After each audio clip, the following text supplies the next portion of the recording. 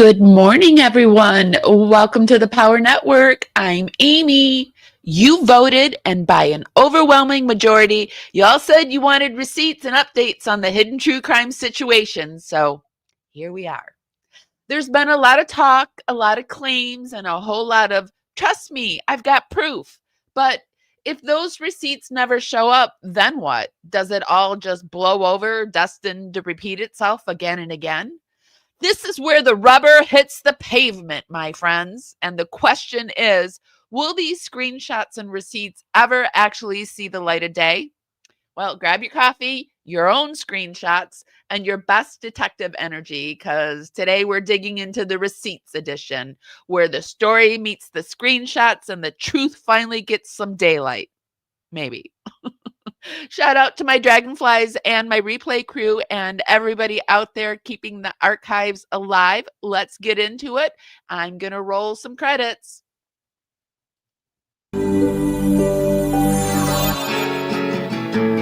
Cavalier's drumming his old guitar again. Words rolling out into our fire. If heaven had wings, I would steal them and fly away with you for a while. Hearing the essence of gratitude, your dreamy little smile on my lips. I miss my cue, but baby, I had you. Miss my cue, but I had you for that day. Here in the blue. Here in the essence of gratitude, I get to be back here with my PWR crew. I always love spending my mornings with you. It really does help me start off my day. I do want to tell you we've got a little something new over on YouTube. They're letting us go both vertical and horizontal. So I'm over on YouTube, Facebook, and also we're doing Instagram today. So hi, everybody. If you could give me love on the platform you're on. But what I was saying over on YouTube, they're letting us try this new thing where you can go vertical and horizontal, but it shows up as two live streams. So if you're on the vertical and you're not digging it, like no bueno, I don't like this, head over to the vertical and vice versa. So that sounds like a lot. Well, welcome to social media. It is a lot these days, but that's what's happening. And I'm trying it out. So, and I want everyone to feel comfortable on the platform they're on. Let me come over and say good morning. I've missed you guys. I feel like I have like a little sub niche of hidden true crime people now. And I love hanging out with you guys and, just discussing the psychological aspects of it and the what ifs and the actual receipts of the case. And we haven't done that in a few days. So it's good to see you guys again. Let me see what you guys are saying. And let me get that off the screen too. Hey, good morning. Hi, Carolina. Good morning. Did you get your coffee, Caleb Bees? Good morning, beauties. Good morning, Anderson Gustav. It's a good name. It's a strong name. Anderson Gustav. I don't know if that's your real name, but it's a good one. Morning, unsolved Amy. Oh, I was just thinking about you. I hope you're doing well, Amy Boston. Good morning, Carrie 28. So good to see you. Good morning to see everybody out there, out in the ethers and just hanging out. Good morning. Ready for class?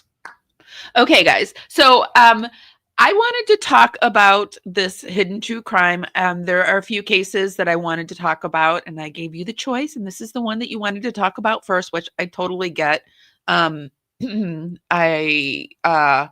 did a quick search around the internet, and I've got some pretty good stuff for you. I've got like, I'm a Gen Xer, so I always like to, I get angry about stuff. I don't know. I get outraged. And to counter react my outrage, I put humor in it. So we're going to be laughing a lot because this stuff outrages me when people get away with. I was talking to a friend yesterday and I'm just like, people just have no idea like the BS that people pull behind the scenes on YouTube. And if you only knew, if you only knew, and you know, like a lot of times you just got to sit there with a smile on your face and just like, if you're a believer in karma, which I am, you just know, you know, like you just got to put it in your back pocket and let time take its course. But my question today was like, okay, so it seems to me like a lot of people put it in their back pocket and it's come to play, but is it just going to blow over? Because I've noticed that they're just kind of doing business as usual over on Hidden True Crime, which is like the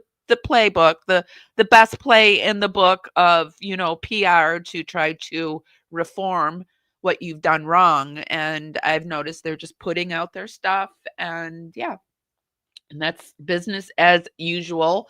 But there's still murmurings of it around the internet. So I wanted to take you around the internet and show you what I found. Yes, it's a pretty ironic generation. It's full of sass. And I mean, when you're walking your own self to school at 5, you know, you develop thoughts of the world on your own and they're pretty solid. They're pretty solid thoughts. So, it is what it is. And I wouldn't recommend it for any other generation, but if you had to slap me down on any generation, you couldn't take me out of Gen X. Like it gave me what it gave me, right?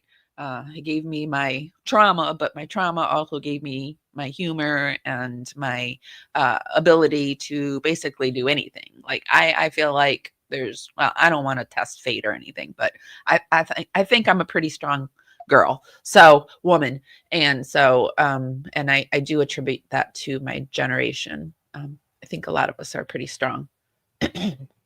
But so I want to take us around the interwebs today and show you what I've found. And I say all of that to say that I found a lot of humorous things. So we're going to be dipping into some humor today. Some ironic humor. All right, let me get my screen together for you guys. Got the baby bird in the shower. Hopefully he stays there for a while. Got him fed, so the baby's in bed. We've got some time.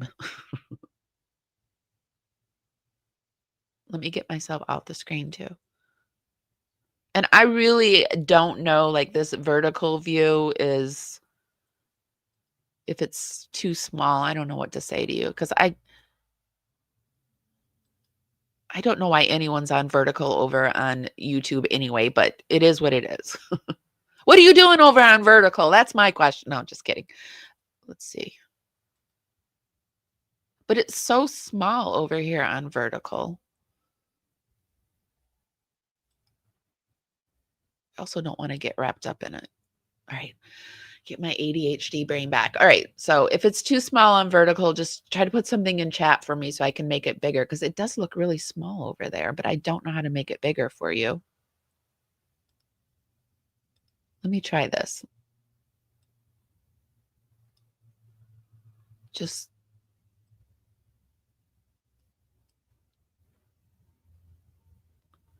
do a little center. There. I think that's better. I think that's better for everyone. Vertical and horizontal. Horizontal. I'm making up words. Sorry. There. I think that's better. All right. So, and let me put the chat up on, well, if I do that, then I got to move myself. All right. No chat up on stage. All right. So this is somebody that I found, Jolene Lunzer. She is giving a comedy commentary on all of this. I thought we would take a quick peek of peek at it. This is an introduction, and then we're going to pop over to TikTok where she just has a clip up. Happy Tuesday, everybody. We're back with more roasting and reacting. Today, we are back on the Lauren Matthias stalking situation. We are going to be roasting and reacting to their response after the 9 hour where Dr. John comes in to save the day. So grab a beverage. Hopefully you're wearing something very comfy. Smash that like on your way in, and let's get this party started. If you like what you see, come and get it. Ooh, I like that intro. Thank you so much, Unsolved Amy Boston. She says, I love your content because you have no mean girl energy towards other creators unless it's LM deserving. Yeah, I really don't have mean girl energy. I have found that my joy comes in helping others and seeing their success. It's like not unselfish when I help others because I get like happiness from that. So once you realize, like, you figure out that you can get joy from other people's success, it's pretty exciting, actually. But thank you for saying that. I appreciate that you noticed that.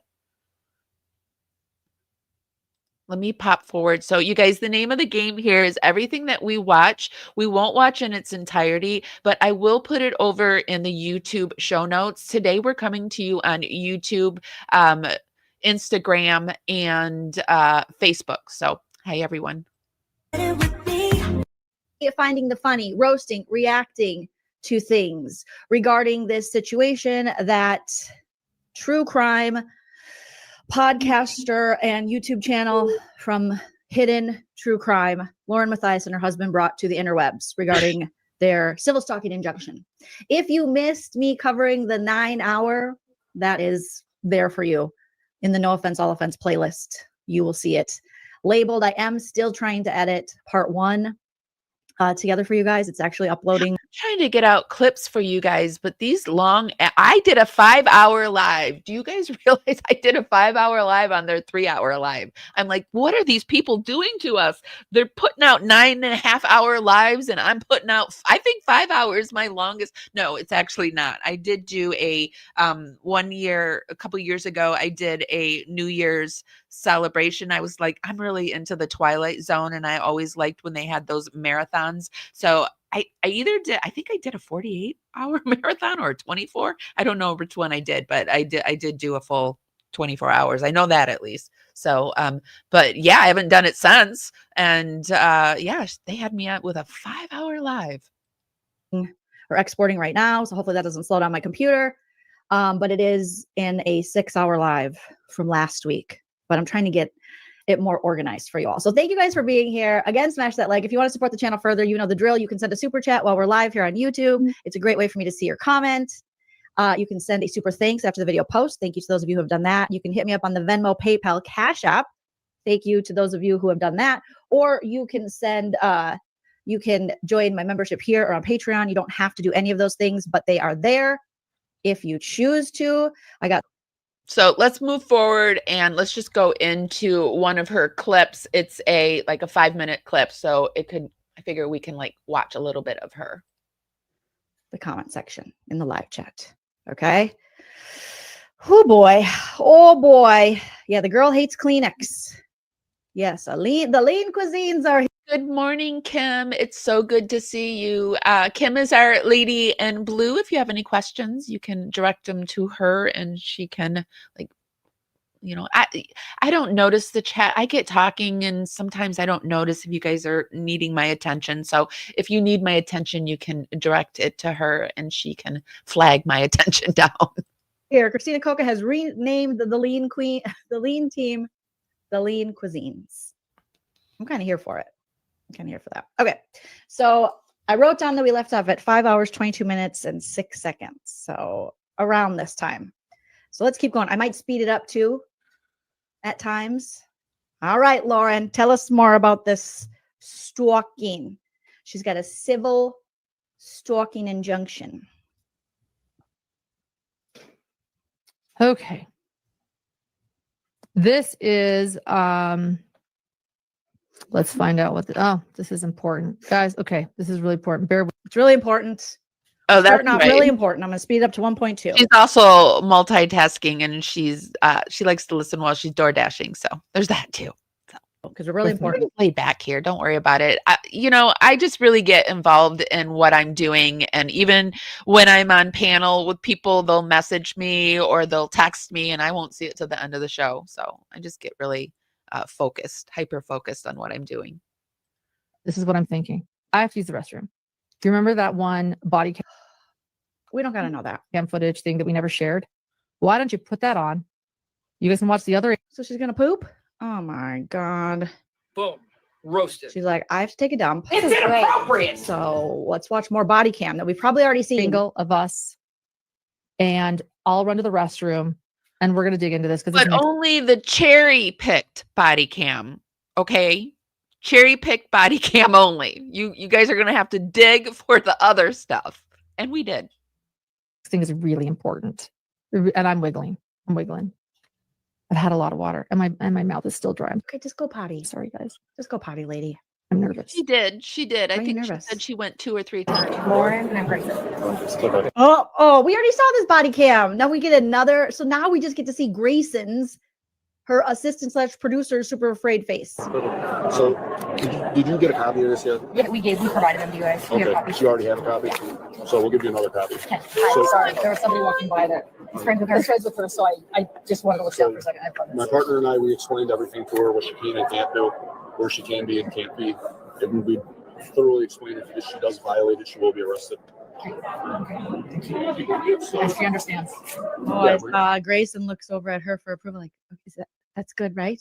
That's good, cult mommy. it's official I research. was thinking about Grayson this morning because I've said before, we always try to support other causes, like donate a little something of what we get from YouTube. At first, we donated to this little baby elephant named Banny that got hit by a train and couldn't stand up, and now it can stand up and walk, and we bought it a few bottles. And then we moved over to Rocky Kaneka's channel, Sitting with Dogs, and we have a membership over there, and I will post some of his stuff and help with the dog situation. And in Rocky's channel, they oh my gosh, I went too far off on my story, you guys, and I forgot what I was gonna say to you. Rocky, donate. Oh, I forgot. Damn it. All right, I know there's been a lot of discourse about this badge, whether Lauren Matthias came as just a regular schmegular person or if it was like a special badge. It was something I was watching on Rocky's, and I was thinking back. Oh yeah, I know. Okay, so Rocky has a assistant named Alexis. Oh my gosh, I can't believe I lost that.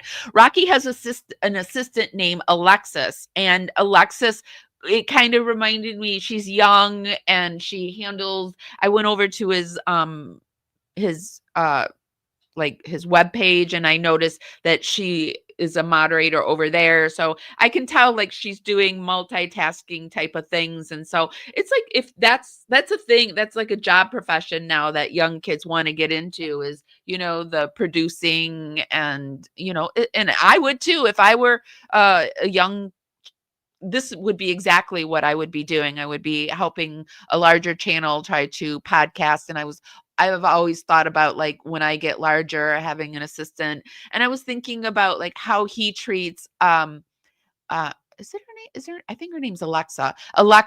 And I know for a fact that he probably has taken her under his wing, but for sure isn't treating the way Lauren has treated Grayson and brought her into this drama and this tragedy and the stressed out way that Grayson, I mean, having and not sending her home. And I understand taking younger people under your wing, but can you imagine being taken under the wing of somebody who's as broken as Lauren is, and then becoming broken like her? Oh, I don't know. I was just thinking about that. Because I think they've said It's not like she had her own table there at the crime con, or she was paid to be there. Oh, you're eating a bone. I was like, what did that sound? Buffy got a bone. So I don't know what kind of crime con badge that is, but feel free to sound off in the chat if you know. I'm gonna damage her for this is trauma she's gonna carry from now on. I mean, you think about when you were young and like the first traumas that you went through, and like you learn the nonsense that adults really do. Like when you're young, you look up to. Well, I don't know what Gen Z. I don't know if they're looking up to people these days. I really don't know. But like when I was that age, there was a certain level of authority, even if I was like 18 and someone was 24, like just even a few years on me, they got a certain level of authority over me. Like now, it doesn't matter. Like if you're 60 or whatever, but when I don't know, when does that end too? Like when do you get to the adult level where people don't really get, I don't know what age, but I certainly know Grayson isn't at that age. I know that she still sees Lauren and John as mother and father figures, authority figures. And I think that Grayson has a certain level of involvement in this, but I give her more of a pass because of her age. I do. I already have the NCIC hit. We just got to call our records to say that we served her with a copy of it. So I'll get you a business card. We just got our approval report that we sent it, and then we can have you write this. God, Grayson just looks miserable. Does she always look like this? This poor, I can't help it. I know people are like, don't feel bad for her. But I feel so, she looks miserable and she looks terrified. Thank you, officers or detectives. Sorry. I have a weird where I can, if I get a little heavier, I get like a really low self-esteem, because growing up, the way you looked was everything, right? Like especially weight.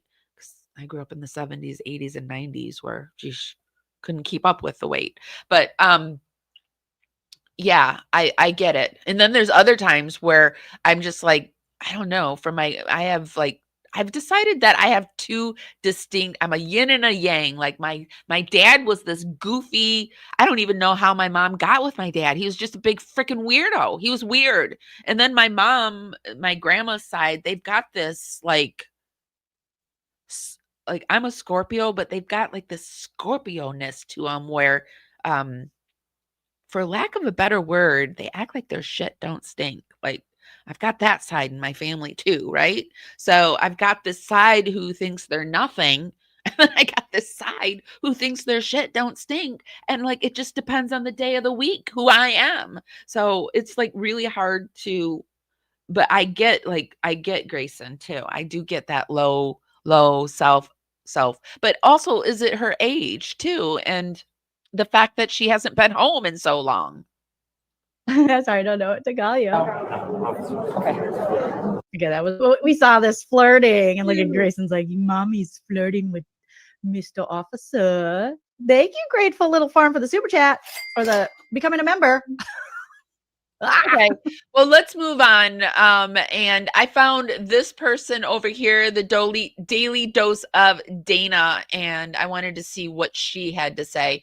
I wanted to look at some of the larger content creators. This person has 52,000. This other one had 48,000. So I just want to see what some of the larger people are saying and if they're seeing for what it is. And then we're going to go over to Reddit and over to TikTok and talk. There's more receipts. There's just more receipts over there. 9-hour live. I'm going to be like Lauren Matthias from Hidden True Crime, and I am going to do a 9-hour live because I have had a cyber stalker injunction, and I am sick of protecting my 8-year-old. Yeah, like I'm sure Alexa goes home from Rocky and Kelly's home sitting with dogs, and yeah, I'm sure they're not in all this drama, and they're over. I mean, Rocky just put out a book, and they hit their millions of subscribers, and there's just, you can tell people like I wouldn't have known. I would have let me think, are there any content creators that you found out that they're not really how they are behind the scenes? Because you don't have to, like, I'm a little wilder behind the scenes than I am in front, although you get pretty much what you see with me. I try not to swear as much. That's the main thing that I try not to do. And I try not to put my blatant, blunt thoughts. I try to put a filter over things when I go live, like I do try to do a little filter. But if I don't want, if I wouldn't want to sit in a room with you, like if you came into the room and my first instinct was to, no, I'm out, I'm getting out of here, I wouldn't want to watch you either. I wouldn't want to watch you on my TV or my desktop or my phone. So I just don't understand the whole idea of, well, being one way in front of the camera and another way behind the camera. That doesn't float with me. Who doesn't feel safe anymore? This is the story of Lauren Matthias and Hidden True Crime. And it's tragic. I can't do it anymore. You guys, this story is wild. Now, 9 hours of a live that has been covered by many people, including Turtle Boy. Turtle Boy has been doing 7 parts. If you thought 9 hours was bad, Turtle Boy has made it about 15 hours. I'm going to attempt to bring it into like a 7-minute. Yeah, right. Like a 10-minute of I'm going to squeeze it into like a 10-minute. Okay. What is this drama around hidden true crime? Miranda says we need the brows when you retell it, but like, I can't be Turtle Boy. I'll just try to there you go. There. It's so hard. I'll ask my Botox lady on Friday when I go to her. This is a wild story. This is the story of Lauren Matthias. So this is how it unfolded. Lauren Matthias is a woman who has a YouTube show called Hidden True Crime. Did I know who Hidden True Crime was and Lauren Matthias 1 week ago? Absolutely not. Okay? Absolutely not. Did any of you guys? Probably not. Do I know now? Yes, I do. Was that a goal? Probably. I have no idea. But the goal here is that now we all do know. Here's the thing.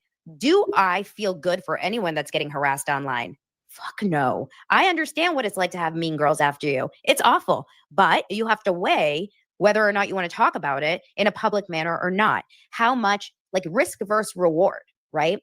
And in this case, unless it's coming at you really bad and your life is really in danger, or it's really, really, really scary or something horrible, you may want to question whether you want to make a 9-hour live, make a real big meal out of it. And this is the problem, that I do question if she should have done it. Now, I don't have my other computer here to do a poll for YouTube, or I guess what I can do is, this is what I'm going to do. Hold on. I'm going to do it right now. Which is the question? Do you believe Lauren from H2 Crime? I mean, I don't think anyone will. Well, no, I shouldn't say that, because I still get these comments. So, and they are still, I popped over to their page and they're losing subscribers still, but she's putting out her videos and she's decided to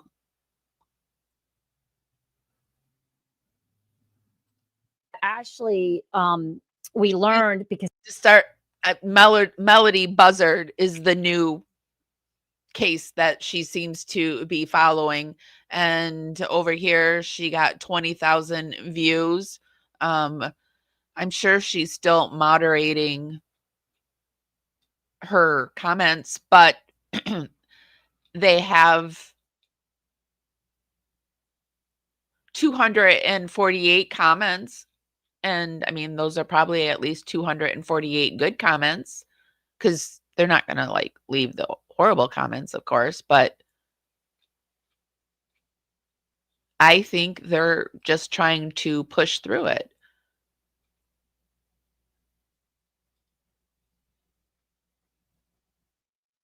she did a lunchtime live and did a feel sorry for me. It's my brother's birthday post.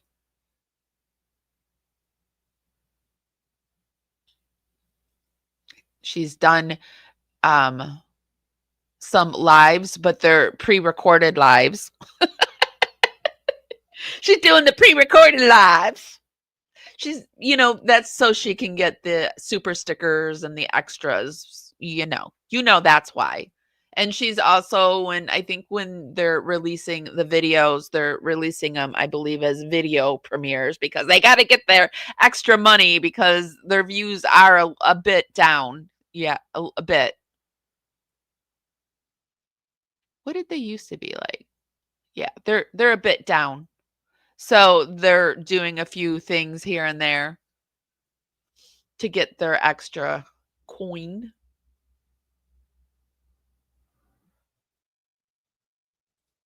Okay, that's the poll. I'm just going to ask, do you believe her? That's what I want to know. Okay, so let's explain what the story is.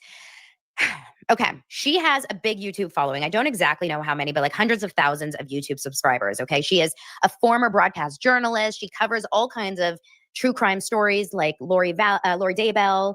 I actually have to circle around and do a follow-up on baby Emmanuel. Good point. That shouldn't be done. So yeah, I do need to do that myself. But I am working on some new things that we're going to get out today, or not today, this week. Lori Vallow, like those kinds of stories. I don't think she did Karen Reed, but I never knew her. So like, I really actually don't know a lot of it, but the Delphi girls, the New Jersey teen gamer stalking tragedy, like it's called a video premiere. Sometimes people get them mixed up and they think that it's a live going on. I sometimes get them mixed up too. You can do a video premiere and you can do a live. Tons of different ones, but she's a former TV turned reporter turned podcaster. And in mid-October 2025, like last week, basically her own life became the story because she comes on her own show and she did a 9-hour live talking about her own story of cyberstalking and harassment. Just a little bit about her, though. She's married to a man named John, Dr. John, and she has a young son named Grayson. That's just, her thing. She also she's been part of like the big Mormon community as well. And a lot of people actually really like her. So in general, I think she has a very, very popular following, and a lot of people really like her. According to the poll right now, we're at 83% do not believe her. Okay. There you go. Joy says they are bot subs. She does not have a plaque. That's really interesting. Okay. So Grayson's not her son. It's her assistant. I'm so sorry. Okay. Grayson is her assistant. She always talks about Grayson. Oh, did she call Grayson her son? I didn't even catch that. Why did I think that was her son? I don't know. Her son's name is not public. I purposely don't. I don't want to know her son's name because I'm one of those people, like, if I get something in my mind and I know I'm not supposed to say it, I fight it. I fight so I don't accidentally say it. I can't stand it. So for me, I would rather not know. I have heard it's like an unusual name, and I don't. Same thing with Sarah Boone. I know her son's name, and I've almost said it a few times, and I mean, it's out there. It's fine, just, but I just don't want to do that to kids. So I just would rather not know. Like, okay, Grayson is not her son. It's her assistant. Thank you guys so much. So if I don't have the information right, you guys know it better. Like I said, I don't watch the show. I just caught on to this in the last week. So you guys are going to be able to tell me if I have information wrong. I did as much research as I could for you guys. So basically about a year ago or a year and a half ago, she meets Christina, this girl named Christina MacArthur. Okay. Christina MacArthur is also I think, and tell me if I'm wrong here. Lauren lives in Vegas. Lauren and her husband live in Vegas. Christina lives in Utah, and they meet through like their podcast circles, maybe through like trial coverage. Okay. And they start bonding. I really like her background. I've been wanting to do something. I want to get my background together and film more in my apartment. I don't like my apartment. It's like, after a starting over apartment, and I have never really filmed in it too much, but I feel like I want to start opening up more, and you can do so much with little spaces now. And I really like that background that she has. I'm really into those blues and the teals and the like the ochras with it. It's really pretty. We're friends. Okay, no biggie. They start, collabing, doing their thing, whatever. And then mid 2024, so about a year ago, Christina, this friend of hers, allegedly starts questioning her coverage. Okay. She starts questioning her coverage, questioning Lauren's coverage of the cases, I guess, apparently. And there starts to be some tensions over some like lies or some differences in Lauren's reporting. And Christina, this other girl, starts posting some really vague TikToks criticizing different creators, but they're vague. They're not like very specific specific TikToks. They're not calling Lauren out specifically. Yes, not our Christina. Khaleesi says, different Christina. Then in the summer of this year, 2025. Yeah, I know it's public information. And like I said, it's not like illegal or the end of the world if I were to say it, but I just would rather not. So it's just better for me not to know these things. It's just, yeah. It's kind of like I when I was really young, well, when I was 13, I decided I was a young 13. Like I've always had a young brain, I guess. And I was still stuffed animals and I was still dressing Barbies and stuff like that. But I decided at 13 I was going to be big and put them away. And I put them in these bags and put them down in the basement and, clean my room out and no more kid stuff. So, but then my sister, right at that age, she got pregnant and she was like 17, I think. And she moved out because she got pregnant. And then I don't know, I was regressing or something. And I decided, no, I wanted these stuffed animals and dolls. I needed them. So I spent days down in my basement looking for these stuffed animals and bags. And my mom was a bit of a pack rat or whatever. So I was down there days going through my basement looking for this stuff. And you can probably guess I came upon my sister's stuff. And so, I'm looking through it and I'm a 13-year-old and I come upon a journal and I didn't even read all of the journal. That journal freaking curled my toes as a 13-year-old. And so now I know, like, if I don't want to know something, I don't read it. I don't listen, like, la, la, la, la, la, la. It is so better not to know things like I have secrets that I have kept on this woman for years, right?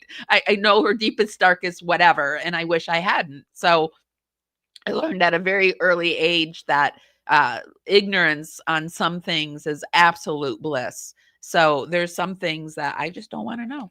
And I have that ability I learned it at a very early age to, if I don't want to know, I don't want to know. Sometimes I'll ask you a question and it'll just be like, as a friend, like just like someone will say something to you and you'll be like, well, blah, blah, blah, blah, blah. And then I'll think for a second. I'm like, no, wait, I don't want to know the answer to that. Don't answer that. I just absolutely, it will run space in my head for days. Don't answer it. So I do have that ability. If Christina now is also probably a trauma response that I'm talking about, but I do have that ability. Then starts creating TikToks with lies and half truths about Lauren, like accusing her of faking sympathy or exploiting victims.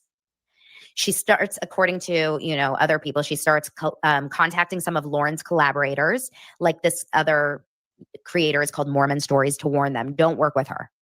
Okay. She starts getting into her personal info. This is according to Reddit. She starts getting into her personal info. Like she says, a side note to wrap that story up. My sister has done some horrible things to me. Horrible things. And if I wanted to ruin her life, I could tell those stories. But I think it's a true test of who a person is what they do when they're being attacked. Do they attack back, or do they hold their integrity, keep the secrets? Because I know when I cross over into wherever I'm going next, it will be a huge win for me. I know it. So apparently she starts contacting Lauren's husband's university where he volunteers as a professor and starts saying things about him. This is allegedly, okay? She also, according to Lauren, this is very, very wrong, but this is a public event, goes to like places like Crime Con, okay? And shows up and things like that, right? And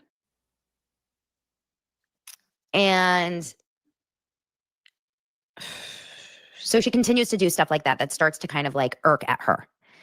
And then on October 10th to October 15th, Lauren, so this is just a couple weeks ago, Lauren from Hidden True Crime files a temporary restraining order in Utah, which is where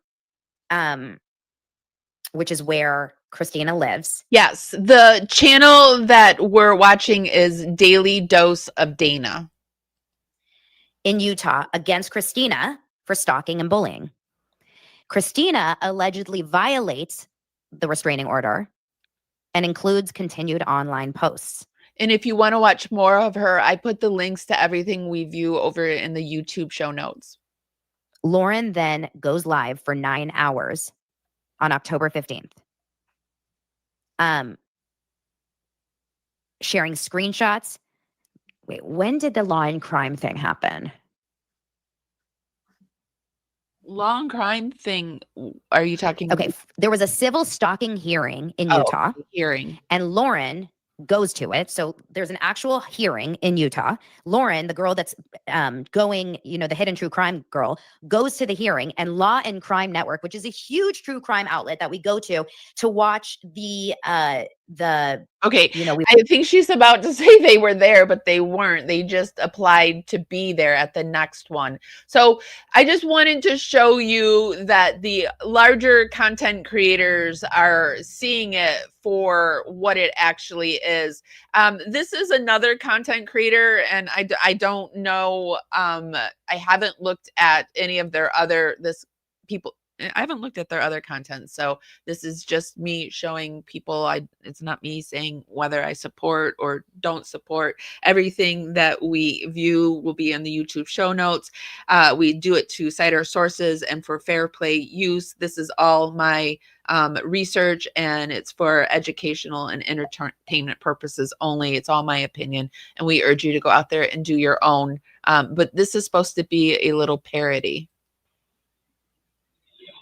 Welcome to White Boy Radio. The video you're about to view is a parody made from an exploiter. What we do over here on White Boy Radio team, White Boy Radio, is exploit the exploiters. We bully the bullies.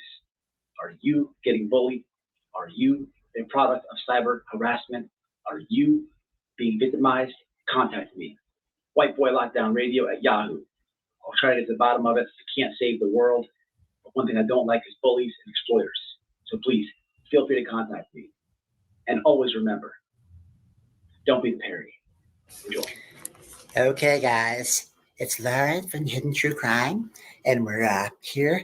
I usually come to this part of town to visit my mom in the hospital for a little bit, but we have to cover the Daybell trial.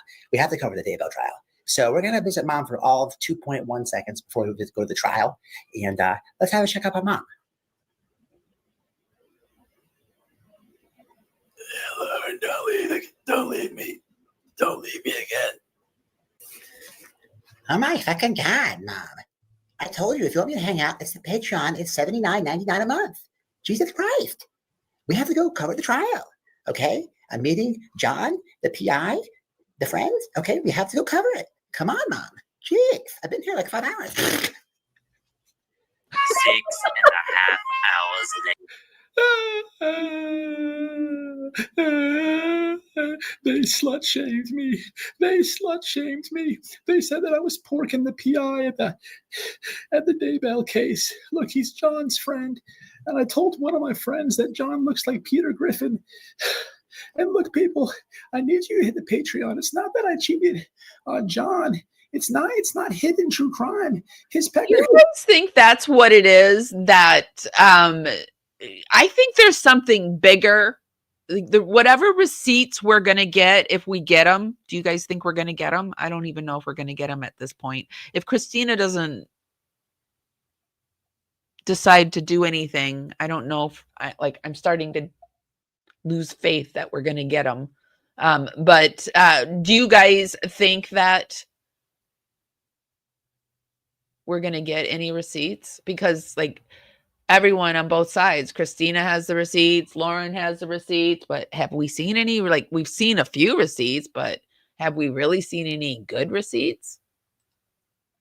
Olap has a new song they released a few days ago. I wanted to give it some time to marinate with everyone before we have a listen. So let's just make this our musical portion of the morning. It's the Dr. John Admires Brad Pitt's Body of Work musical.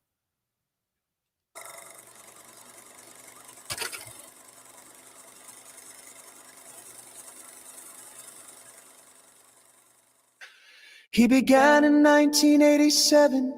He did a few movies, and then he did work for a soap opera. So I don't know about that. That's why I felt like I needed to throw that disclaimer out. I don't know his body of work, so I don't know his body of work. I'm not like Dr. John, and I can't ignore body of work with, like it matters to me. The evolution of his career really begins with soap operas. In 1992, he was in a movie called A River Runs Through It. A River Runs Through It is one of my favorite movies. It's one of my favorite books. It's a book by Norman MacLean. He wrote this novella about his childhood growing up in Montana. Fly fishing basically saved his life. It's a brilliant book, it's a brilliant movie. Brad Pitt was in the movie. Robert Redford, by the way, in 1992 clearly saw talent in this young actor. Robert Redford has produced some extraordinary movies over the years. He's been in extraordinary movies. He knows the industry, he knows talent, and he picked up Brad Pitt. Brad Pitt, in 1995, he was in a movie called Seven, and he was one of the detectives. So now my appreciation of this guy is only increasing. In 1996, he did a movie called 12 Monkeys. Many people probably don't know this movie, but I do. Now my appreciation of this guy is continuing to expand. 1999, he does The Fight Club, which is a very controversial movie, gets a lot of attention. But again, I see this guy's journey towards mastery. 2004, he does Troy, which is about the Iliad. Homer's the Iliad. I love Homer's the Iliad. It's one of my favorite books. It's a brilliant book about war. In 2008, he does Benjamin Button. He's nominated for Best Actor. In 2011, he does Moneyball. Brilliant. He's brilliant in this movie. 2014, Fury. Again, he's exceptional in this role. 2015, he does The Big Short.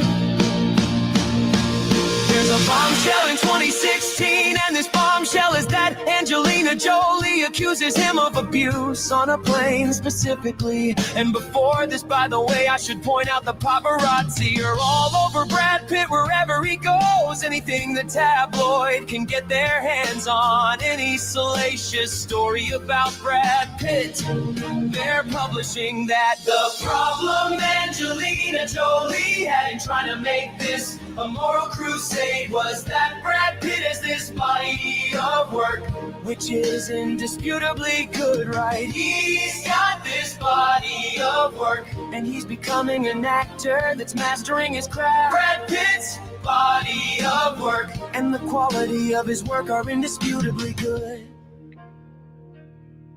If the goal is to cancel Brad Pitt, and you're a fan of Brad Pitt like I am,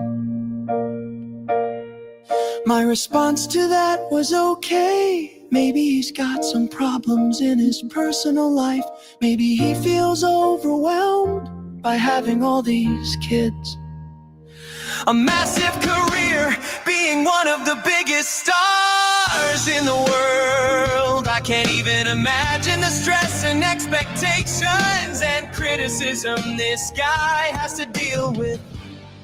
I don't think any of us can imagine that. The problem Angelina Jolie had in trying to make this a moral crusade was that Brad Pitt has this body of work, which is indisputably good, right? He's got this body of work, and he's becoming an actor that's mastering his craft. Brad Pitt's body of work, and the quality of his work are indisputably good.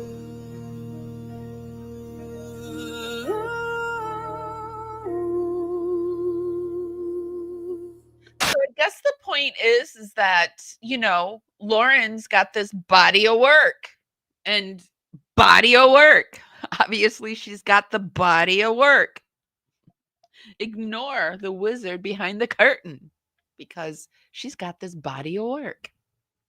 Okay, we're going to head over to Reddit and see what Reddit is. There's a subreddit that I've been following, Hidden True Crime Chat, and I saw this morning and I wanted to read it.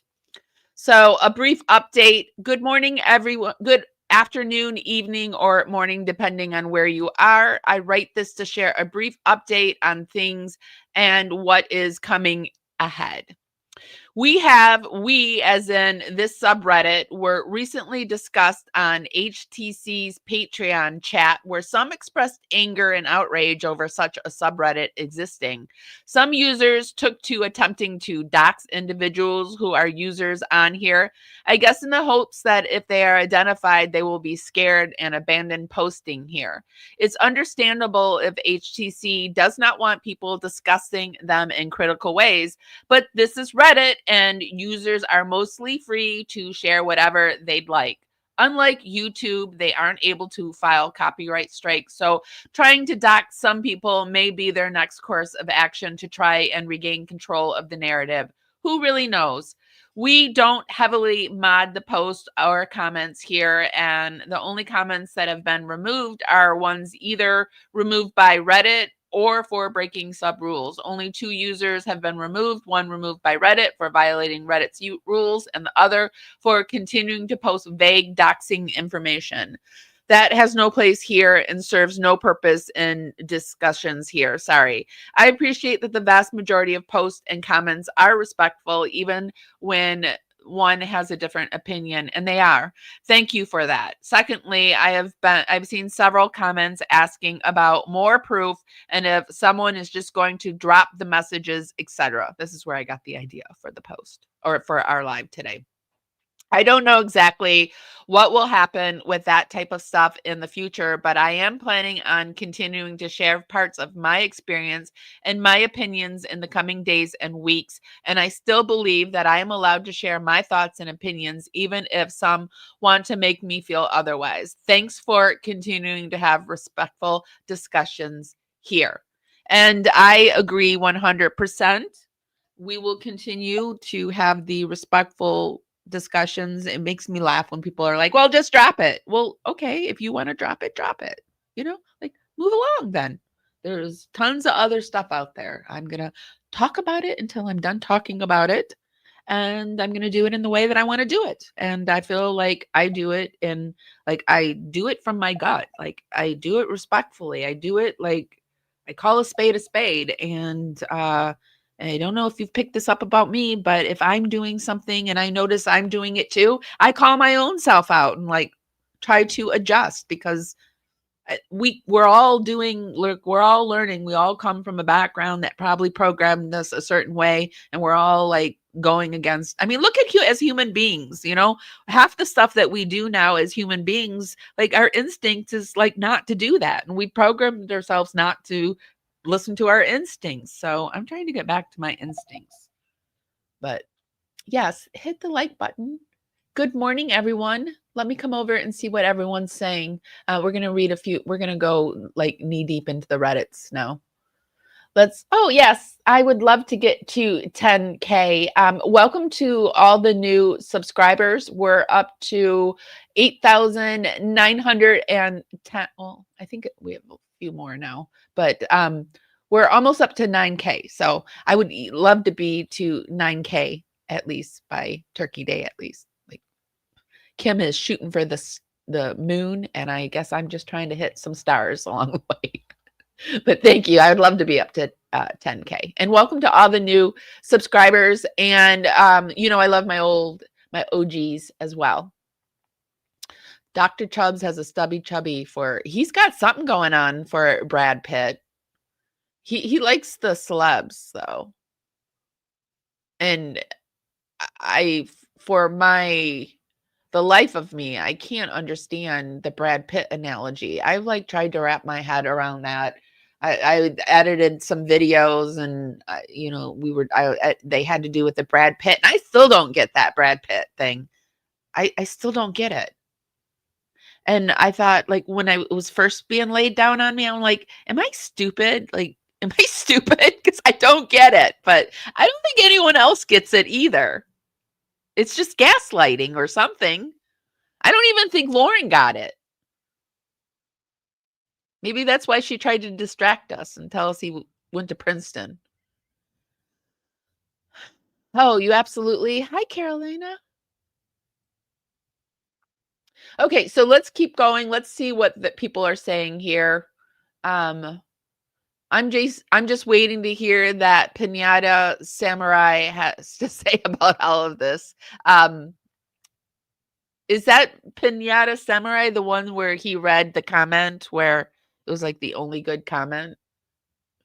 Maybe I'm not savvy enough to be afraid, but isn't that the point of using a screen name on here?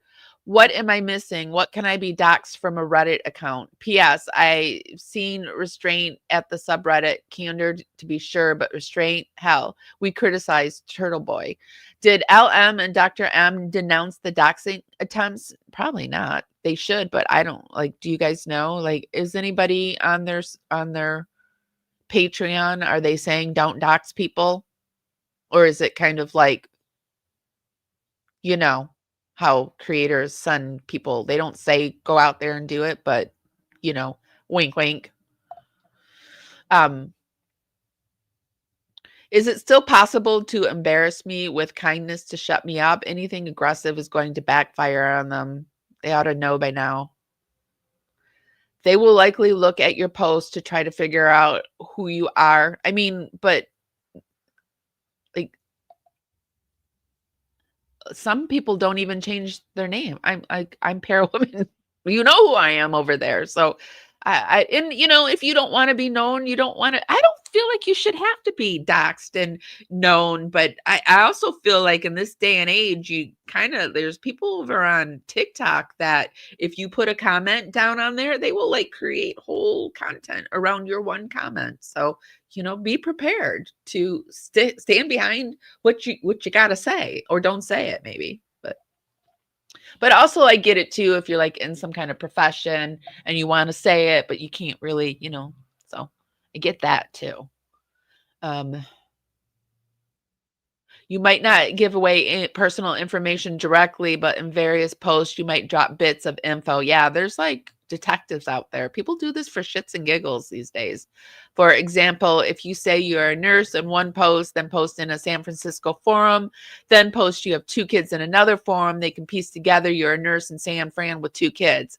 I went through this with my mom a few years ago. She didn't realize how much personal info she shared because it was spread out across forums, but it was enough to identify her, and someone did dox her. I had her delete her account. Most people aren't crazy enough to, and people are crazy that they will seek you out, show up at your door and stuff too. So, I mean, I posted something over on my Facebook the other day where this woman, I guess she maybe gave the guy ahead of her the middle finger, and they came to a stop light, and the guy jumped out of the car and like maniacally was giggling, laughing, and he saw that she had kids in her car, and he had something, a knife or something in his hand, and he like and he jumps up to her car and punctures her tire, and flattens the tire, and then giggles back into his car, and he's got something blocking his license plates on his car. So she's filming it, but she don't know who it is. So she puts it up there like, do you know who this is? So I can report him. So, I mean, you really got to be careful who you stand up to in this day and age, because people are willing to do crazy shit. They really are. Okay, so let's keep going.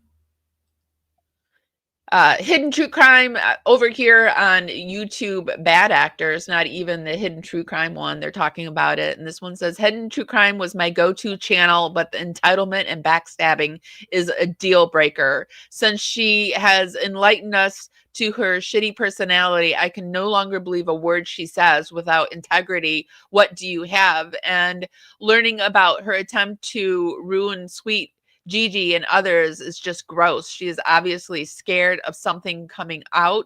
I am so done with her thinking she is more important than anyone else. Abusive and manipulative people in your life, those in glass houses shouldn't cast stones. And people are saying, preach, my fellow Reddit poster. I agree that people are pissed off about the Gigi thing. Like, don't mess with my Gigi. That's basically the whole thought process on Gigi, which this morning I saw that Gigi's Gammy passed away. R.I.P. Gammy, and what a very sad video, but very touching. If you want to head over to Pretty Lies and Alibis, it's a very intense story, but I'm very interested. I had the opportunity to be with a few people as they crossed over, and it's a very interesting experience. And Gigi has a very powerful one. So anyway, rest in peace, Gammy. She seemed like a very wonderful woman, but like people are like, don't mess with our Gigi, don't mess with our Gammy. Just don't do it. So Lauren looked guilty of something. Dr. John's reputation is at stake here as well. I liked her updates from her car during Delphi. Then something happened. Yeah, something happened in Delphi. I even saw a video. Well, we're going to look at a TikTok. Well, let's look at it right now. Let's pop over to this TikTok where people are questioning what happened to her. What happened to Lauren in Delphi? Did she pick up maybe a demon? In Lauren's 9-hour live, she repeatedly makes statements that she's not a bad person and that she's not deemed dark like Chad Daybell and Lori Daybell were, casting people off as, bad people by referring to them as dark. So Lauren continually saying this makes me believe there's something dark. There's some darkness going on, that this is spiritual. We're watching spiritual warfare with Lauren Matthias. She is not wrestling against flesh and blood. She's wrestling against something that we can't even see. And this thing is driving her to make these crazy decisions. Because how do you do a 9-hour live and not even get to a basic point? Every single person who has reported back on this matter, who have done lives, have been able to make multiple points. And the two people that helped her, Duty Ron and the other guy, that wanted to be like, okay, hey, so we're going to actually help you try to make a point, still couldn't even make a point. And it's because this isn't something that could be understood here. We can't see it. She's in spiritual warfare right now. The duty at hand by these gang stalkers is to get you to end up in a straitjacket, in a psych ward, or to off yourself. That's the duty at hand. And we're just watching this happen on a live. And I am a woo-woo girl. I believe in spiritual warfare. I believe in darkness. I believe in God. I believe in all of that. So This is just putting out there, is it a possibility? I can't, like, I'm not here to tell you one way or another. I'm just giving you the information and you make up your mind. I don't want you to tell me how to think, and I'm never going to try to, well, I'm going to work really hard at trying not to tell you how to think. Sometimes I think it's crazy. I think it's crazy the people that are still supporting her after like the receipts that we have gotten. I still have a hard time wrapping my head around it, but you know what? To each their own. I work really hard on that. So there, people are just asking, did something happen in Delphi? Because I think there might be something to the Odinism in the Delphi case. I've looked into it, but you know, I do tend to go into the conspiracy woo-woo side of life. I try to balance it, but I do look at all aspects of it. What do you guys think? Scale. So for me, it's really nice to explain because we can see how it works. We can see how Lauren looks like she's going crazy because there's paranoia, there's monitoring, there's stalking, and like she's trying to look for something tangible that you can grasp to fix it. And there's no fixing it physically. She got to fix it spiritually. Yeah. And also there's been some whispers that she's going to try to suck up the ex-Mormons, the people, like she's, you know, how she did the Mormon podcast, but now she's going to try to be the ex-reformed Mormon, try to pick up that niche of people. And that will be interesting to see if she does that. So what do you guys think?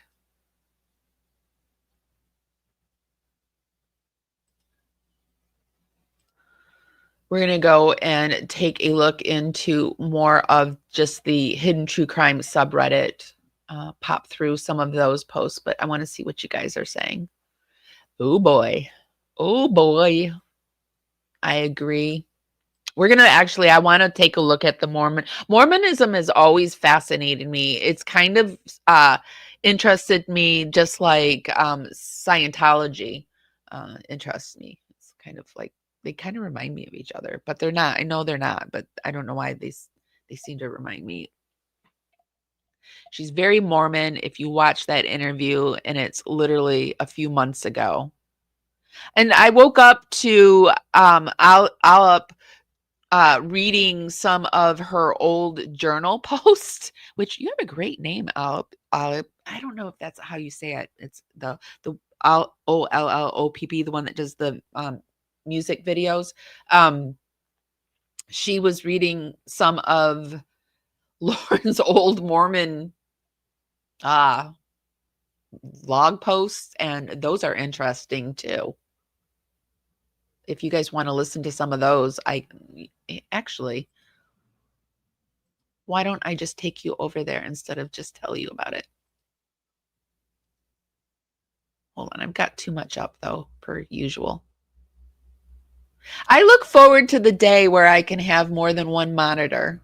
I just look forward to that day where I could just slide through what I got to show you. Okay. Olaf is that bitch I was talking about earlier. All right, so let me get you into that video. Here it is. 2012 blog post. Have you guys heard this yet? I've never been more nervous or alive in my entire life, and I've done a lot of lives, and this is not a lie or a show that I ever wanted to do or ever thought I would have to do. It's not scandalous. And this has been ongoing for months, what I have been dealing with. This is not shows how desperate she really was, and it just is interesting to me how I feel like she would have accepted anyone, and that's how she got Dr. John. But these are 2 posts that Lauren submitted to the website Modern Mormon Men, where she discusses being young, single, and Mormon. She's this is her music. This is my favorite song of hers, but she does start reading in just a second. Monday, March 5th, 2012, guest posts. Single, 32, female and Mormon. Lauren Johnson received her degree in journalism from the University of Utah and served a Mormon mission in Cleveland, Ohio. A laid-off television reporter, she currently resides in Salt Lake City. Lauren is an avid blogger. You can find her at laurenruthie.blogspot.com. She's also a tweeter at laurenruthie. Single, 32, female and Mormon. Okay, so it might not be that unusual anymore. 30 years ago, I could have still been thrown into old maid category. Thank heavens times have changed. Now, it's hip to be single in a Sex in the City sort of way, or rather, makeouts in the city. Or how about modern Mormon makeouts in the city? God. Yes, that's it. This is very cringe. We're just going to learn how cringe Lauren really is. And yeah, I mean, I know. But I guess if you think about it, you do have a core group of people that, like, I know when I talk about this case, I know I've got a core group, but if I go over and talk about Sarah Boone, I've got a different core group. But when you're a large channel, but they've got the Patreon, and I don't know. I think they're going to be fine. Honestly, you guys, I think they're going to be fine. And I just think this might be just a glitch in their life, but I do hope they learn something from it, but who knows?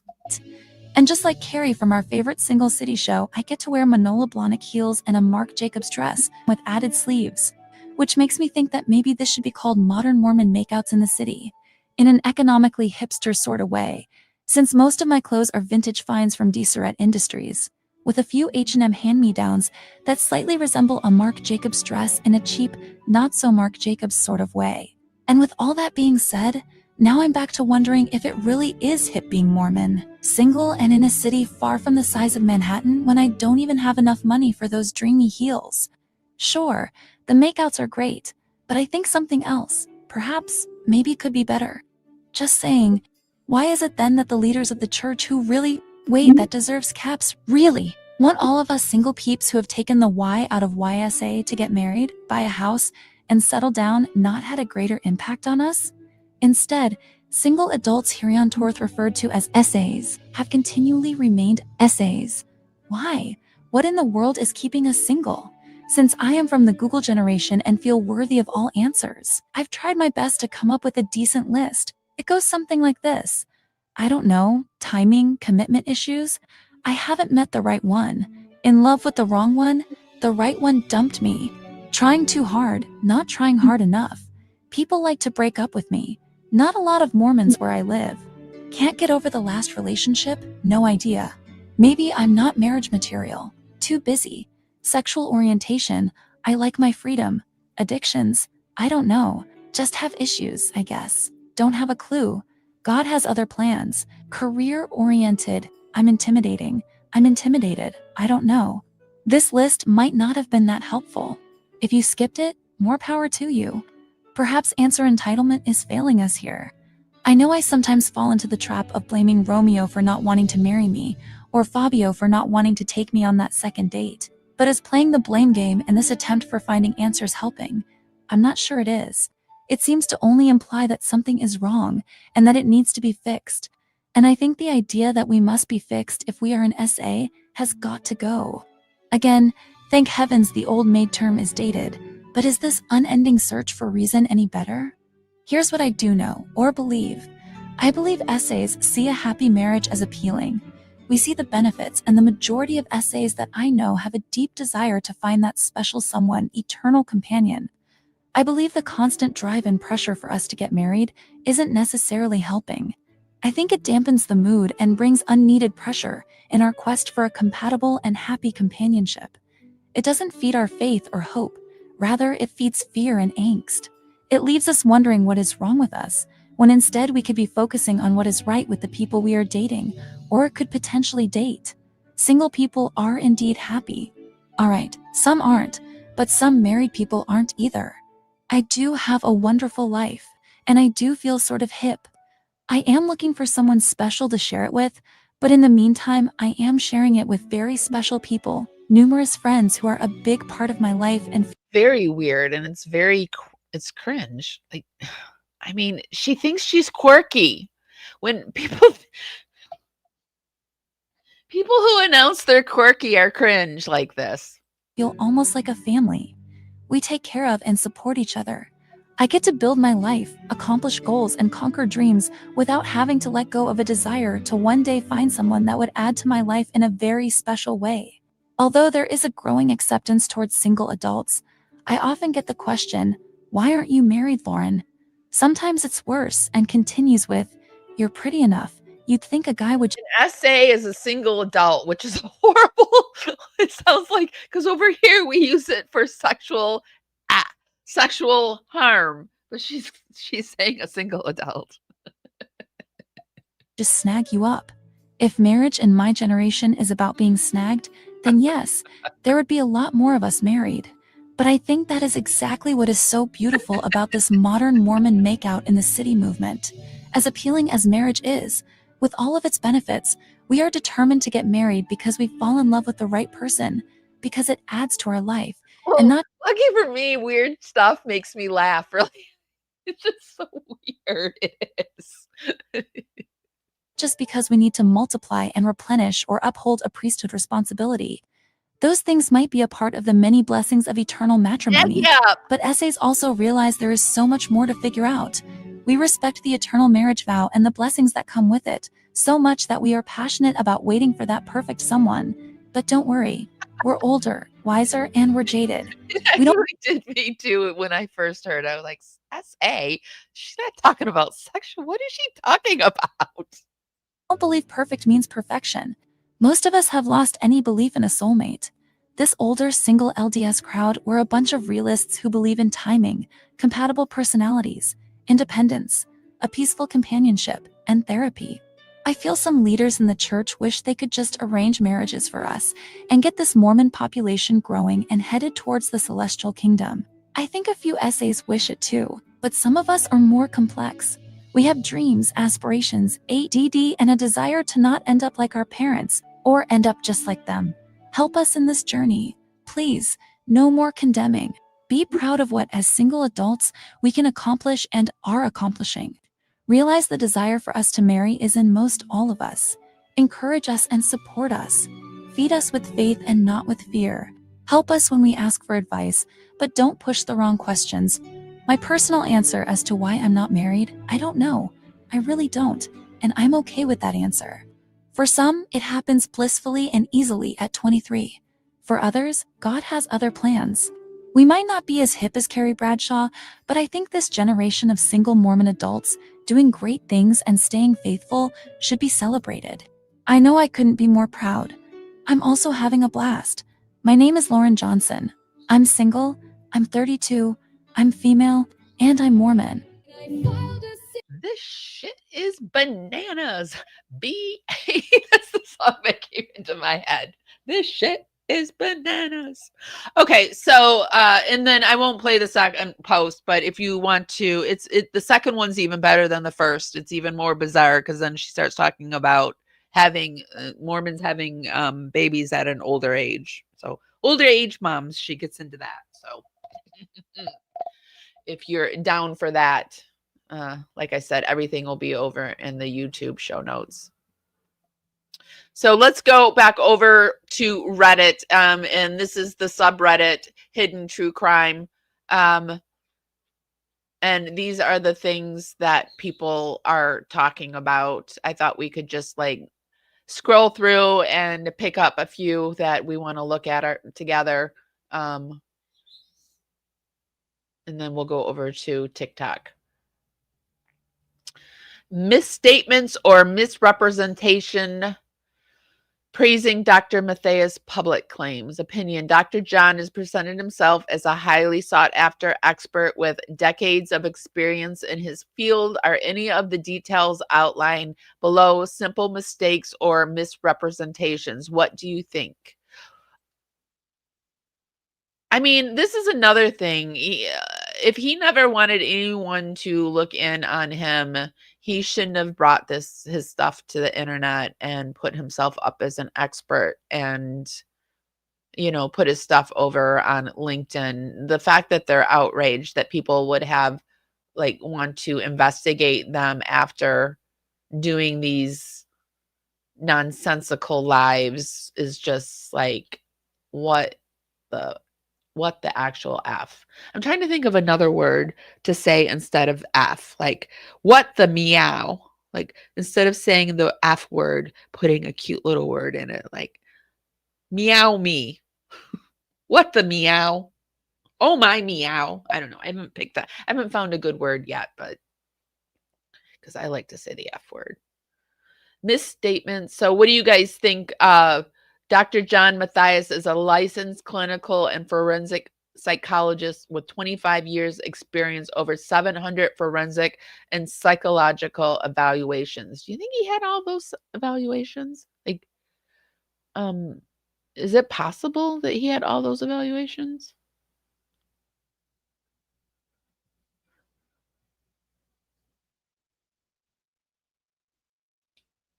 So here,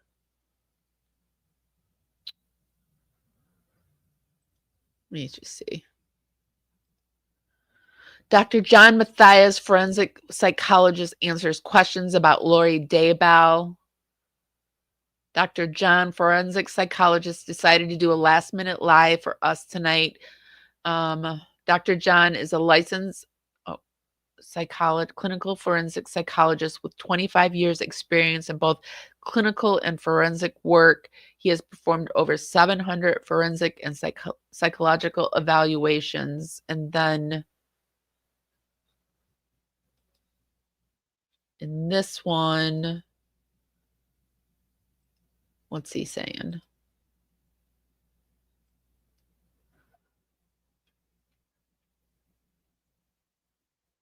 With 25 years experience.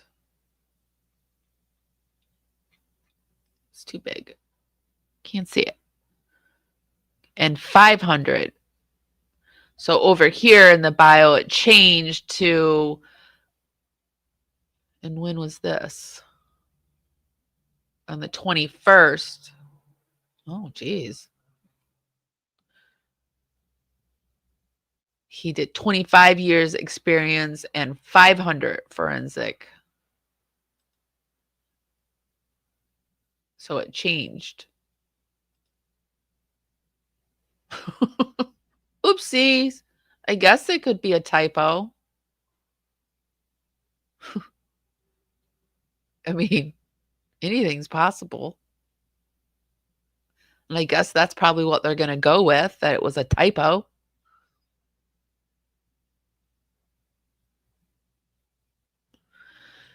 When people keep trying to convince you of something, I usually find it's not true. Yeah.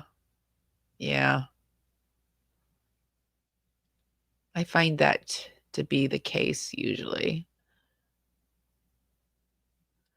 Oh, you're getting ready for work? Yeah, I hope you guys, it's Wednesday, it's hump day. I guess hope you guys have a great day out there today. It's freezing cold in Florida. What the heck? There's lizards that are frozen out there. I've been trying to save some lizards that are frozen. I put them in a shoebox on a heater, and then there's a little kitten out there too that I can't catch for the life of me. Tried to put a little, I don't know, something warm for it because it's really cold.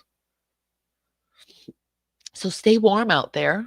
Or I guess if you're where it's cold or hot in the world, stay cool. And if you want to watch a B horror movie based on my hometown, a suburb of Chicago on the Fox River, where Al Capone had one of his hideout houses, then watch the movie Munger Road. Is that where Dr. John is from? Chicago?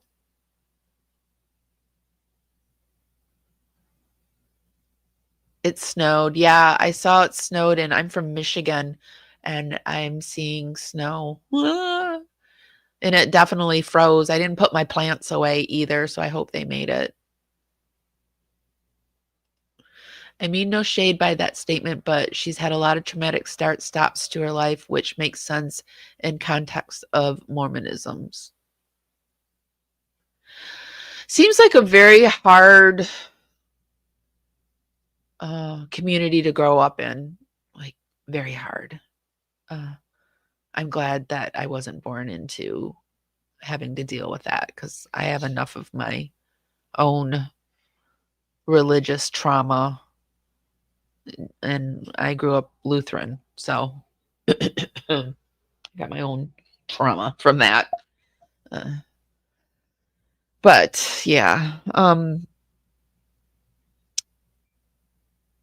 I do feel bad for her, but I feel bad for people in general because I can take it back into a psychological context, but then I also have to remind myself that she brought this on herself, that like sometimes I don't think anything horrible is going to happen to them. I think they're going to make it through this. And, you know, some people are like, oh, but I mean, I don't want their whole life to be ruined. I would just like them to learn from it, right? Like, I hope this is a good dose of learning, and maybe it'll go further.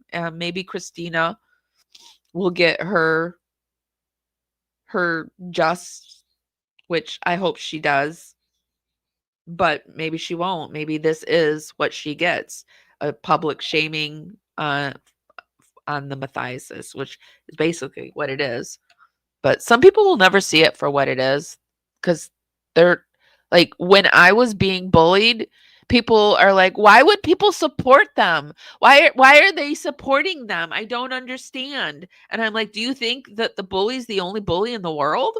Like, do you think that that's the only bad person in this world? No. So, and I'm not saying like people that are supporting them are bad people. I'm just saying that they're misinformed. You know, they're still, think about the way you were brought up, and I think about the way I was brought up, and I've had to like buck and fight against becoming a lemming and just, you know, like not thinking for myself. And so, yeah, people are just trying to, I think we all come here to learn and grow, and we got to give people the space to do that too. But we also got to hold their feet to the fire when it happens. Like, and some of my worst experiences have been my greatest learning experiences. So I chalk them up as a win, because my God, my God, what else can you do if, you know, it either destroys you or it makes you a better person. So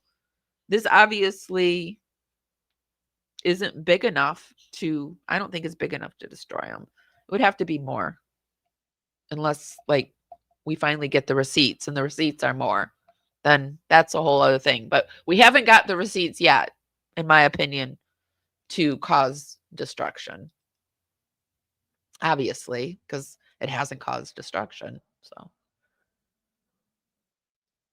right, let's get back over to the subreddit. Oh, there's more.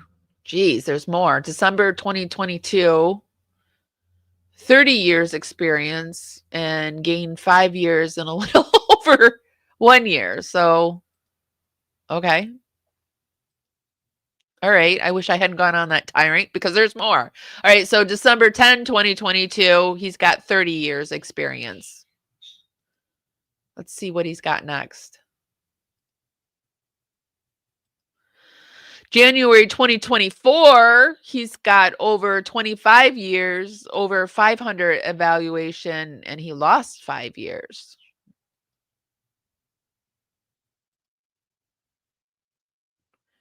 Over 25 years experience in both clinical and forensic work. He has performed over 500 forensic. Okay. Why does it keep changing? That's a little too many changes for my comfort. What do you guys think? I'm heading right over to the comments, because that's a little too many for me. Nashville is a nice drive for me. I want to actually, I'm actually considering moving to Tennessee. I'm considering moving to Tennessee, Alabama, or Louisiana, or maybe Texas. I'm actually thinking I'm not going to stay where I am, and I'm like, I have no immediate plans, but I'm always constantly looking to, because I feel like I need to find that final place for my next part of my life. Brad Pitt doesn't like scammers, John. I really thought that Ellen was being stalked. Being mean to someone isn't stalking. Yeah. I was terrified when I saw, oh, it changed it. All right, there's more change. Okay, May 22, 2024. He's got 30 years experience, and then over 25 years experience on November 25th or November 2025.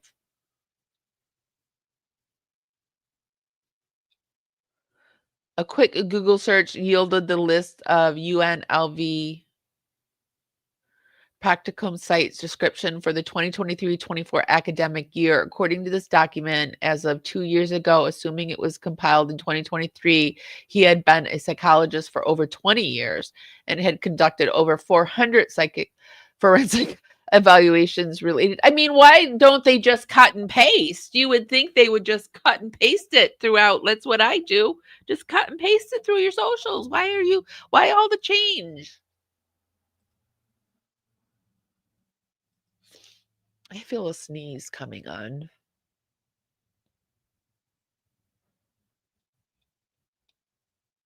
Yep.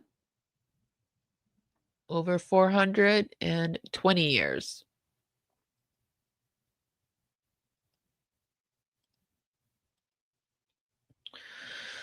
$20, $25, $30 years. It's all pretty much the same, right?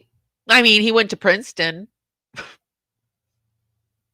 He went to Princeton. I don't understand the fluctuating numbers. I don't either, quite frankly. Pick one and stick with it. And it's not even like they're doing it within a span of like 5 years so that it would give them added time. And how did he do all those evaluations in the span that like 200 more in 2 years?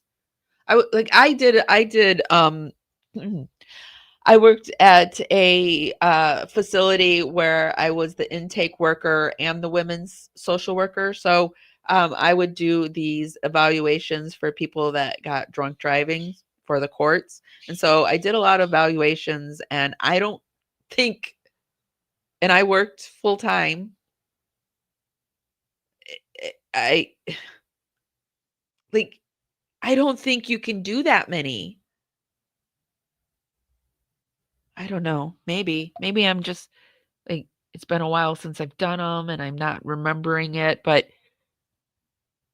and I did them fast. That's why I always got the intake worker job, because I would do the intake. I would type, but I am a fast typer. I can, like, when you're talking to me, I can type and like talk to you and type, and I'm a pretty fast typer. So I was able to do all my typing and stuff while they were talking to me, and I can look at you too while you're doing it. I don't have to look at the keyboard. So, it looks like I'm just, hanging out in a conversation.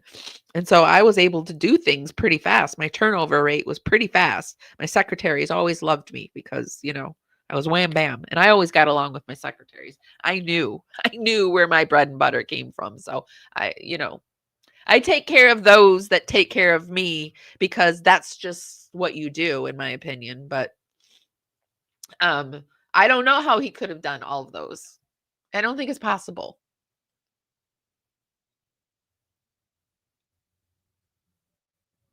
His experience is exceptional. He's pretty exceptional. Much like Brad Pitt is exceptional. And very important. He's a very important man too, by the way. If you didn't know that. He went to Princeton. Probably Harvard and Yale too.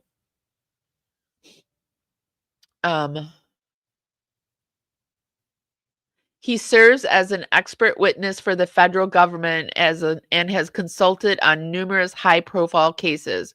What high-profile cases? Yeah, what high-profile cases Dr. John Mathias is a licensed clinical and forensic psychologist with 30 years experience here in both clinical and forensic. This is ridiculous. He serves as an expert witness for the federal government and has consulted on numerous high-profile cases for district attorney offices and defense attorneys in several states. Now, what are those cases? In what states? We need proof, and I'm sure if he didn't want people digging, maybe he shouldn't put this in his profile. Why is this mentioned yet kept a secret? Wouldn't this information legitimize the Hidden True Crime brand and Babe's credibility? You would think.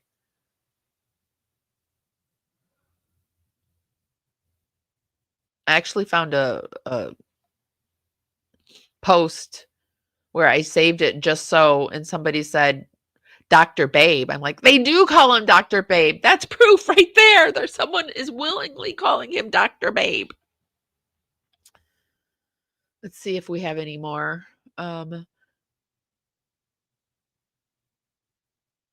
That's possible. Did you watch the Karen Reed trial at all? There was an expert who testified, and her defense had questioned him on his educational background and experience. He had a degree both to that court and other courts that turned out to be not true.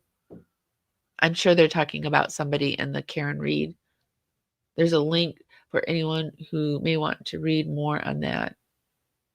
JM definitely has the degree, he says, but for all the numbers changing in the years and evaluations, I'm not sure what to make of that. Yeah, I think he has the degree, but why the heck are they changing the numbers so much? The numbers would make more sense if they went up over time, but that doesn't appear to be the case. Yeah. All right, let's move on. What are you going to do when LM and JM are finished? So this is a post and the idea that this is the ending of them. So I'm beyond amazed at the maniacal dedication put into this project of destroying a YouTube channel. Bright alone has written an encyclopedia of nasty speculation and attaboys commenting on her own ideas. It's truly baffling that being called annoying can turn into proof that she is not only annoying but obsessed. So I pose a query for you all to ponder. What will you do with all the time and dedication that you've been putting into this project when L and J are gone? That's assuming they're going to be gone. I don't think they're going to be gone, but first you are presuming that the situation is fatal to their channel, which I don't think it is either. This was self-inflicted in many ways. Their perspective did not fit with all the facts. Secondly, you presume we have no right to ask pointed questions of a channel we once supported. Thirdly, you presume our previous support requires absolute loyalty and that we are not allowed to look at all the information presented and make our own conclusions and change our minds based on new information. Yeah, people act like just because you were one way as a child, you haven't learned and grown and you're different. You might have different thoughts and opinions later on down the road or even the next day if given different information. Like, I would hope everyone would learn and grow if given different information on things. But okay, we all reserve the right to reevaluate our ideas and move where we feel best served. I don't wish HTC to stop existing. I opt to spend my time elsewhere. Well said, they're saying. I'm putting about as much time and dedication into this as I do any other thing on Reddit. I'm not using multiple accounts to simp for a podcaster, though. Are you following anything else? I'm not even following them, they said. I'm not even following them. I just comment on those who comment on them. That's another thing. I love when people are like, move on. Like, okay, but you first. You first. Okay, so that's an example of a respectful way that the subreddit is handling things, like when people disagree, which I mean, it's like, I think it's respectful and it's a good way to handle a conversation. And so here people are saying someone needs to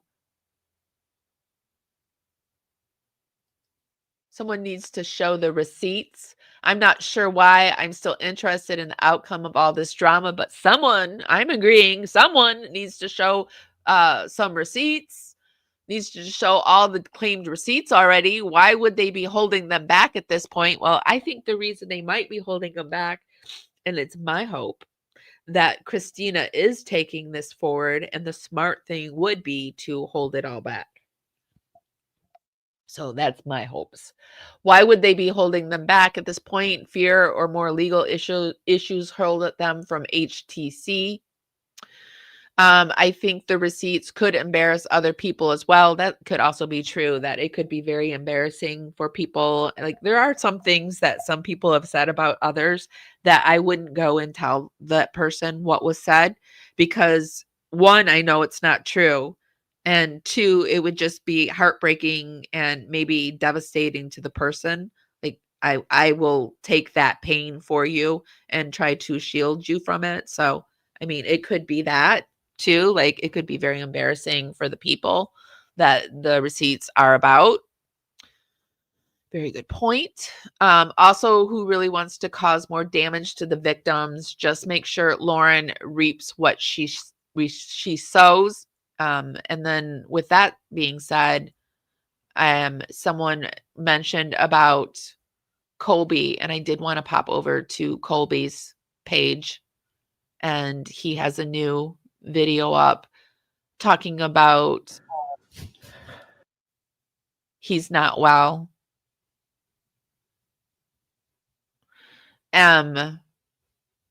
So this is proof the damage that Lauren and John are doing to their victims, in my opinion, that we see him. I don't think he appreciates having his name drawn into this, and I don't think any of them do. I just feel heart when I think of the Vallow family and the Vallow, Ryan, Daybell, all of those people, those victims. I just, like, my heart breaks for them. They've been through so much, and this. Can you imagine having your siblings unalived by your mother and her weird boyfriend / I don't know, not husband, and then he's on death row and your mother's in prison for life and is still on this weird campaign, and oh God, I can't even imagine. And then on top of all the trauma that he experienced before all of this, right? That he just having her as the mother, it's just a lot. You do see, like, yeah, he's got his channel and maybe he's got some good stuff going for him, but yeah, good. I want him to have good stuff, because wow.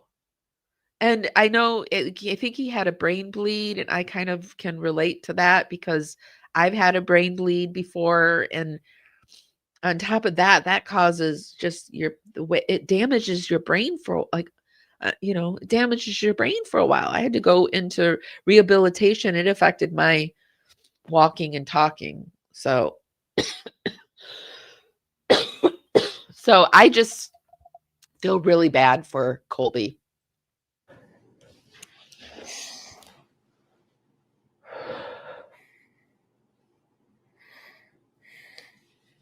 He's a victim of Mormonism.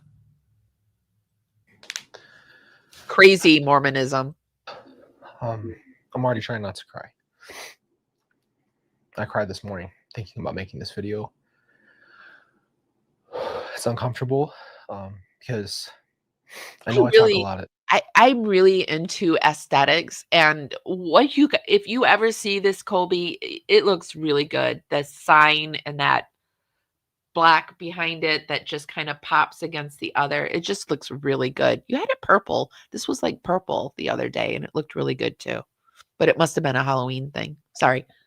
I know he's talking about something very serious, but I guess I'm just trying to lighten it up a little bit. About it on my channel, but to really dive in to this subject is a lot harder than probably people think. This is very deeply personal. I just talked to my wife about it this morning. Growing up, my mom always talked about death. That was a very normal conversation. And death was always circulating around. My mom talked about how she was going to die young when I was very young and told me she had a timeline. She had 2 years left. She came to me and told me that some angel or something of that nature told her she wasn't going to make it. And from that point on, I think death just felt like the easiest route. Death was peace. Death was go home with God. Death was a way out of the pain. And so it sounded good. And I had people in my family who romanticized death, almost as if it was the thing you couldn't wait. Well, when you live in a religion where you're brought up where it's the end times, where your whole life, it's like the end times. From day one, you're in the end times, you know? You live and you die in the end times where, I mean, we might be in the end times. I don't know. But it feels like it's getting close to the end times. But I mean, I wasn't like, I can't imagine being told when I was a kid, like, and romanticizing death the way that in his life, death has been romanticized. I don't want to get too much into Kobe because I don't want YouTube to, you know, like make it about X. But I will put this down in the show links, and I do want to show you that Colby's not doing well. So if you could, you know, just give him a little love and support, and yeah. And we send him a little love and support because I've been to that point where like the exit strategy of life was my way of handling things, and I'm glad I'm not in that space anymore. And it's a horrible space to be in, and I truly hope he gets out of that space. And I truly hope that if you're ever in that space, that you can find help out of it. There is help out there on the internet. Okay, so let's go over to the ticky-tacky streets.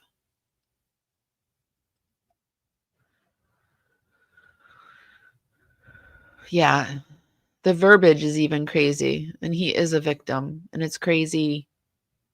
It's crazy the way they drug him in there. See, that's the stuff that, like, when I think about it, like, I get so pissed off about it. Like, the victims that they drug through, and the fact that they went into the legal system and mucked it up for other actual stalking victims. Anyway. You guys liked the Lily, I don't know if it was Lily London or London Lily, but over on TikTok, she's Human McNugget. And so she's doing a little bit more on the Lauren situation. I want to make this clear. This is not drama. Hidden true crime does not get involved in drama. Yeah. But like crime wanted to stream my summer stalking instruction. As long as I worked in the media, I've never heard about anything like this. I'm not going to pull through. I'm not Johnny Depp. I'm not Emma Heard. I'm just a mom trying to protect her family. How dare they? And people on the internet, they're mean to me. They even play Eminem's words. I had this thought the other day. Do you think Lauren still thinks she has a stalker? Do you think she still thinks Christina is her stalker, or does she have new stalkers now? Like, is she like, now is the whole internet her stalker? What do you guys think?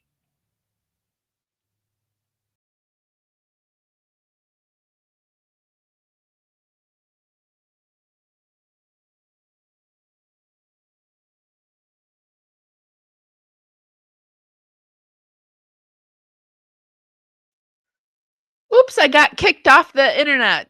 Sorry, guys. I got kicked right out. What do you guys think? Do you think Lauren still has a stalker? I got to get my screen back together for you guys.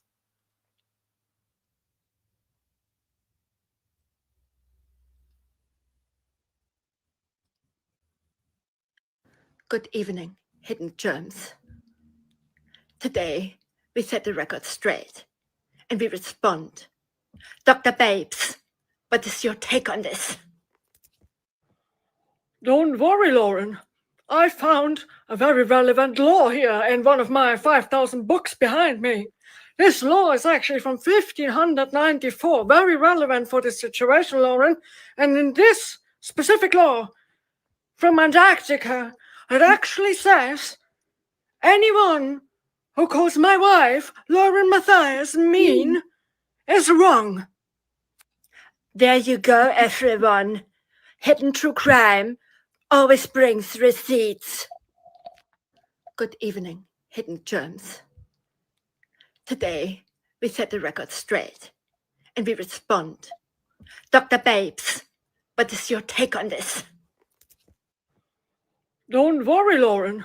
I found a very relevant law here in one of my 5,000 books behind me. This law is actually from 1594, very relevant for this situation, Lauren. And it's from China. This specific law from Antarctica, it actually says anyone who calls my wife, Lauren Matthias, mean is wrong. There you go, everyone. Hidden True Crime always brings receipts. There you go. To his wife back then. And I wonder, like, did Lauren John ever make a stream about that, discussing that, what actually happened and taking a stance on it? Or because they literally go out and are like, oh, hey, look, now we are so good friends and blah, blah, blah. I'm like, he even admitted to what he did to his wife. There's no question about that.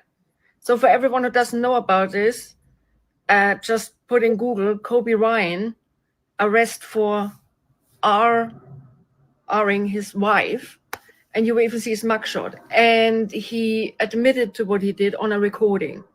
And I feel like we can thank Lauren and John for bringing this bit of information really into the public, because not a lot of people knew about that little piece, that little ditty of information. And yeah, I don't think a lot of people knew. So I just wanted to finish it up showing you here. This woman was talking about the hidden true crime, and I was looking around trying to find some information, and here it is. I follow Lauren and Dr. Babe. So Kimber, you willingly are calling Dr. John Dr. Babe. Do you realize that? You are willingly doing this to yourself. Why? Why would you do something like that? To me, she's a psychopath. Kobe has you guys all fooled. Probably. Maybe. I don't know. She has no spine. I love this girl. She's so blunt. Yeah. I love the end where she's like, hidden true crime always brings the receipts. Boom. No, there isn't any perfect victim. I agree. Just what he did was so, I just don't feel like you accidentally do something like that.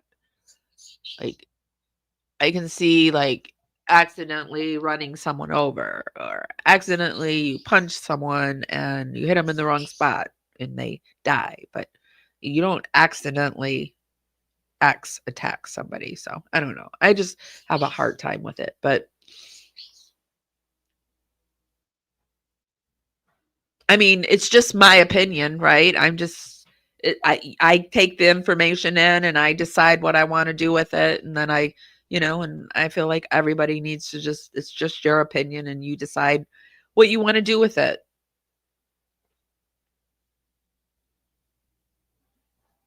I'm sure there's a lot of people out there that have me snowed, but there's a lot of people that I got their number and I can't say anything too because I got their number, but I can't be like the bitch that follows them behind and being like, oh, this person's lying about this and that. It's just not cool either. So it's just like, finally, I think a situation has come out where people can just like say like, yeah, okay, this happened to me. Like I can finally talk about it. The floodgates have opened and we can talk about it, and I'll talk about it for as long as I want to talk about it. And then when I'm ready to move on, I'll move on. It's the way it goes.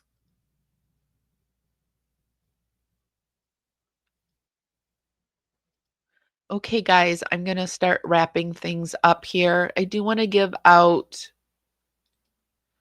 5 Dragonfly memberships, though. I need to get over to my site over on it's a Dragonfly is our membership program over on YouTube. And I need to get over here to give it away. So here are 5 of the Dragonfly memberships. I'm going to welcome you in, and then I'm going to tell you a little something about it. Oh, yay! Unsolved Amy Boston, Lily B, DB, Sigma Shadow 6, and Chick Tracy. Welcome to the Dragonflies. Have you heard of our Dragonfly membership? I'm sure you have. I mean, everybody has heard about it. I just, the other day, someone was saying, have you heard of the Dragonflies? Well, here, let me show you something about it. If you're not subscribed, why are you not subscribed? I would really, really, really love to have you as a power subscriber. If you really like my content, be sure to become a Dragonfly, and that's our membership, and it's $2.99 a month. I release all my videos early. We have special emojis over in the chat room. I kind of share things ahead of time with my Dragonflies, and I go live sometimes just for the Dragonflies. It's a way that I can support you guys and give you more content, and it's a way for you to support our channel. It's $2.99 a month, and I would love to have you. And our Kim put that up in the chat. It's up on screen. It'll be over in the show notes. If you would like to join, there is the link. We would love to have you. Thank you, everyone, for being here. Thank you, my little Aussie friend. Kelsey is his rock. Big, she was in such bad space with him, she would not be his mod. She loves him and he openly adores her. He grew up Mormon and went on a bender, someone who never really drank. I don't know who you're talking about.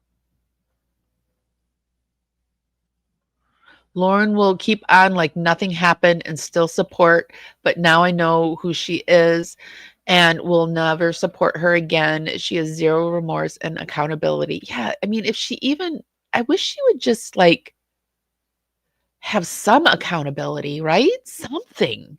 Like just something. But I guess not. Thank you so much, Kel Tato, for your super sticker. And you're very, very welcome. I really appreciate you guys so much. I really do. You guys have made a huge difference in my life. Gone through a lot. If you've ever considered podcasting as a healing tool, I highly recommend it because you get to meet a lot of cool people. It can be a little stressful, but yeah, I really like you guys a lot. You guys are kind of special to me. Okay, guys, I'm going to head out. If nobody's told you this today, and I will keep growing, thank you for saying that. If nobody's told you this today, and even if they have, I don't care. I don't care.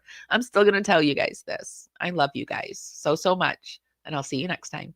Bye. is my cue, but I had you for that day. Here in the blue, I'm falling deep into you. Be sure to give this live a thumbs up. Helps me go out into the algorithm party out there. Bring more people back to the party. It's just a free way to help me out.